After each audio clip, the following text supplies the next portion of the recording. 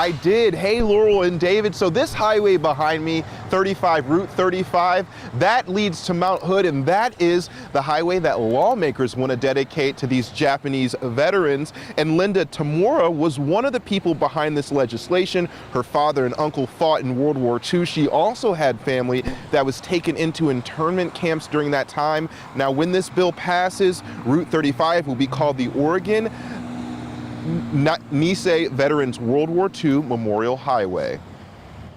My goal is that future generations, our youth, will begin asking questions when they see the sign.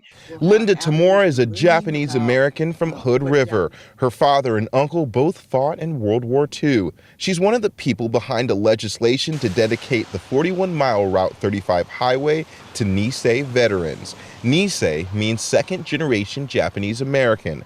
The sign on the highway would say, Oregon Nisei Veterans World War II Memorial Highway. Nisei is significant because they were incarcerated and they served our country.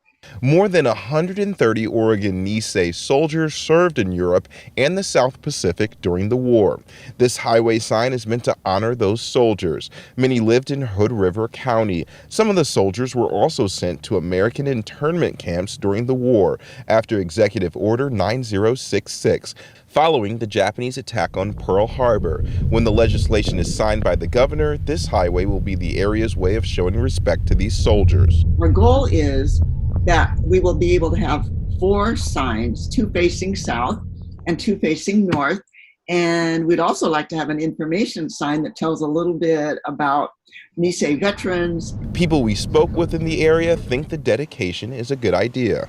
I have no problem with that whatsoever. I think it'd be good to recognize those folks and what they went through. Yeah, I think it's great. Because otherwise, just Highway 35.